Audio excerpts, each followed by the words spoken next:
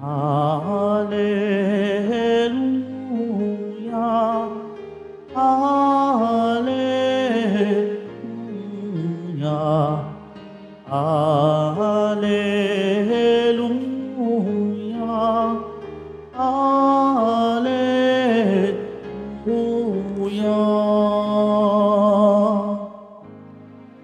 Lagi tayong magtanong, sapagkat di natin talos ang pagbabalik ni Jesus.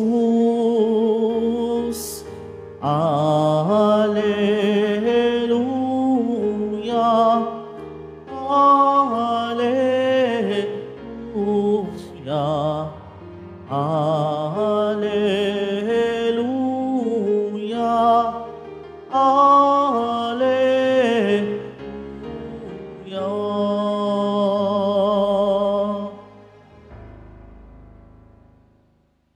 Sumainyo ang Panginoon. At sumaiyo rin. Ang mabuting balita ng Panginoon ayon kay San Mateo. Papuri sa iyo, Panginoon.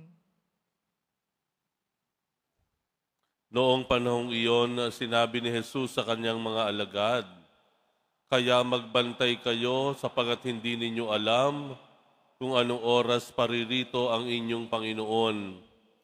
Tandaan ninyo ito, kung alam lamang ng puno ng sambahayan kung anong oras ng gabi darating ang magnanakaw, siya'y magbabantay at hindi niya pababayaang pasukin ang kanyang bahay. Kaya maging handa kayong lagi, sapagkat darating ang Anak ng Tao sa oras na di ninyo inaasahan.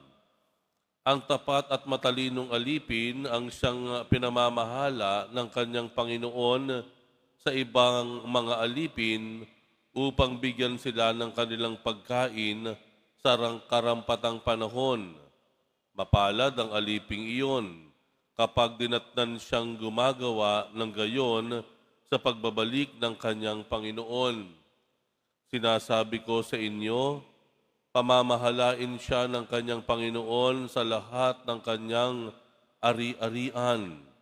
Ngunit kung masama ang aliping iyon, sasabihin niya sa sarili, matatagalan pa bago magbalik ang aking Panginoon, at sisimbulang bugbugin ang kanyang mga kapwa-alipin at makipagkainan at makipag-inuman sa mga lasenggo. Babalik ang Panginoon ng aliping iyon sa oras o sa araw na hindi niya inaasahan at sa oras na hindi niya alam. Buong higpit na parurusahan siya ng Panginoon at isasama sa mga mapagpaimbabaw.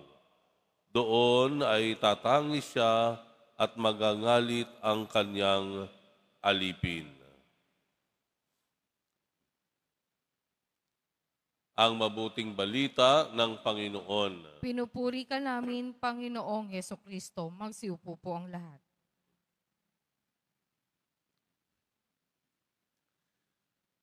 Pagbati po sa ating lahat mula po dito sa Basilica Menor at Pambansang Dambana ni Jesus Nazareno, sa atin pong narito sa ating simbahan sa Quiapo, at kasama na rin po yung ating mga kababayan na nanonood ng live stream sa iba't ibang bahagi ng mundo. Ang pagbati po ng kapayapaan sa inyong lahat. Kagabi po ay may kausap po ako na isang babae. At siya ay nagkwento sa akin nung kaniyang karanasan. Dumating sa kanyang buhay na siya ay humihingi ng trabaho. Hindi siya makakuha ng trabaho. Hahanap siya ng trabaho na gusto niya talaga. At ang sabi sa kanya ay, hindi ka kasi marunong magdasal. Sabi sa kanya ganoon. At nagkataon siya ay pumunta po rito sa simbahan ng Quiapo. Isinama po siya ng kanyang kaibigan o kamag-anak. At nung nandito raw siya sa simbahan, ay nagdasal siya. At sa hindi maipaliwanag na dahilan, no, sa kanyang pagdarasal, parang sinabi sa kanya ng Panginoon ay, huwag kang maghanap ng trabaho. Ang hanapin mo ay yung sarili mo. Ibig sabihin po niya, huwag kang maghanap ng trabahong akma sa iyo. Ang gawin mo, iakma mo ang sarili mo sa trabaho. Ika nga, ang babaguhin ay ang sarili mo. Saka ka makakakuha ng trabaho. Kaya ang kwento niya, 2 araw pagkatapos siyang bumisita rito sa Quiapo. Dahil nga sa mensaheng parang kanyang napagtanto o inspirasyon, no? Kaya nagkaroon siya ng trabaho. Ang sabi nga niya, ang dapat palang baguhin ay sarili. At nung ginawa ko iyon, ay doon ko na sumpungan yung hinahanap ko. Ayan. Sa Ebanghelyo, yun po yung hamon ng Diyos. Yun ang hamon ni Jesus. Ano po? Yung pagbabago ng sarili. Yung pagbabago ng kalooban. At sinasabi nga dito, no, ang Diyos ay darating sa oras o sa araw na hindi natin inaasahan. Ikinumpara sa magnanakaw. Parang magnanakaw. Darating siya para looban ang bahay ninyo sa oras at sa araw na hindi mo rin inaasahan. Kaya ang sabi ng Panginoon dito ay ikaw ay magpantay. Ikaw ay magmatiyag.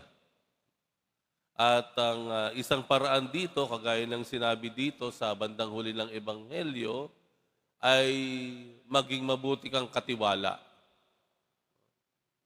Maging mabuti kang katiwala sa oras, sa kakayahan mo, maging mabuti kang katiwala.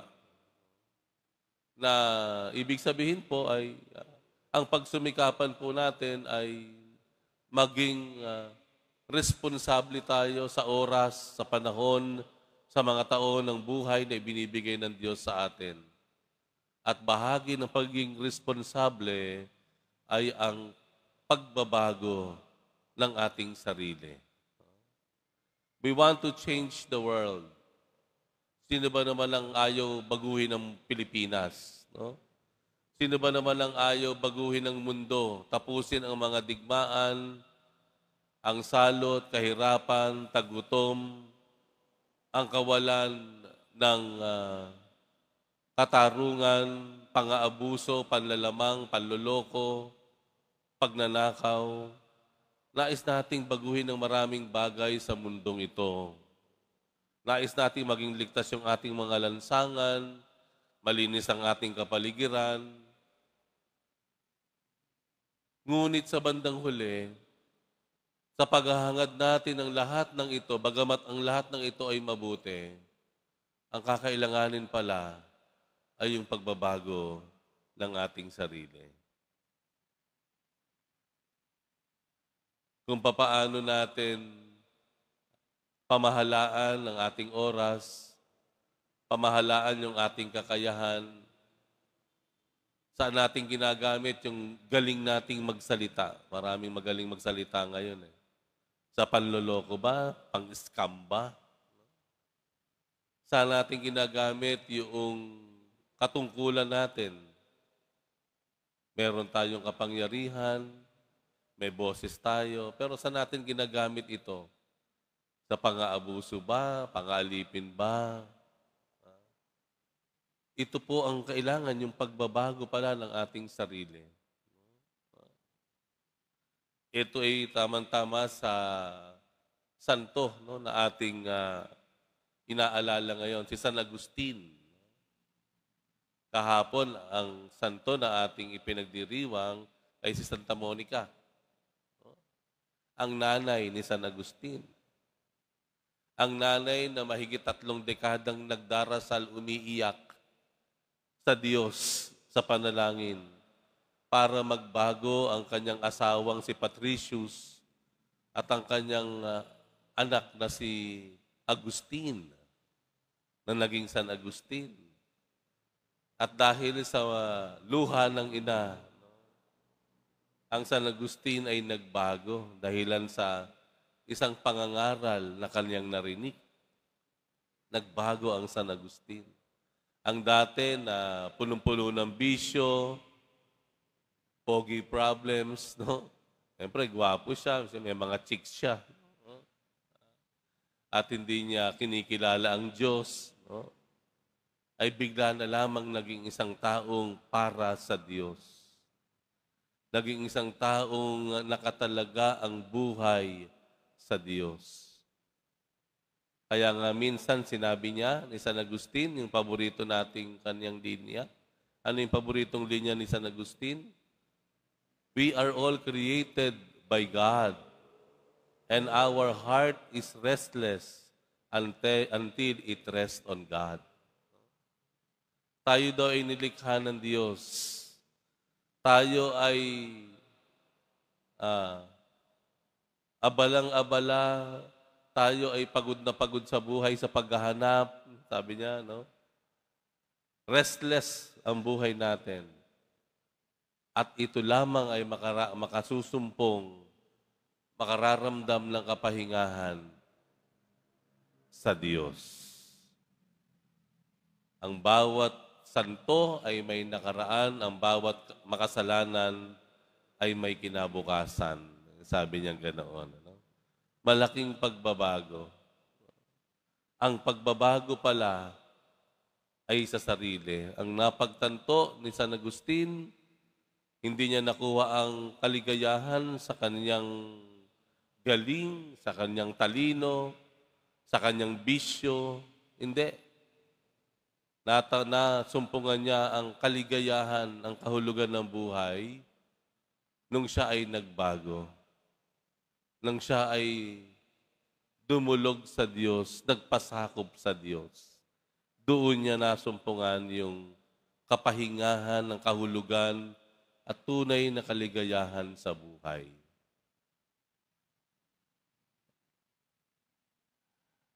Sa atin pong ganang sarili ngayon, maaaring tayo rin po naghahanap ng trabaho.